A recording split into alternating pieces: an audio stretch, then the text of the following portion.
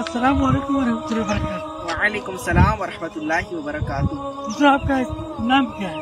मेरा नाम मोहम्मद यूनुस अत्तारी है। माशाअल्लाह, आपका नाम क्या हो सकता है? मुस्तकीम नाम, अल्लाह इस्तेकाम आपको। तो माशाअल्लाह, आप यहाँ आप भी क्या कर रहे हैं? हम यहाँ काफिले में आए हैं कराची से। अरे माशाअल्लाह, जब भी मैंने यहाँ दो चार से मुलाकात की, उनसे पूछा, जो सवाल किया उन्होंने बता दिया।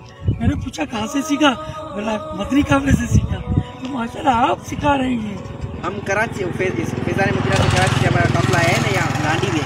लांडी में अपना सिखाया होगा ना, क्या क्या सिखाया? हमने नमाज का तरीका, तहारत का तरीका और उसके अलावा रोज़े के फ़ज़ाइल उनके सामने बयान किए गए। कुछ आयतें उनकी तफसील भी बयान की गई सही भाई के साथ। ठीक है माशाल्लाह, मैंने बाज़ लड़कों को पकड़ा, उनसे पूछा, सुना, तो सबने ये बोला कि अपने काफिले से सीखा। तो आज पता चल गया माशाल्लाह, अमीर साहब उनको काफिले में लाए और उन सबको सिखाया है इन्होंने।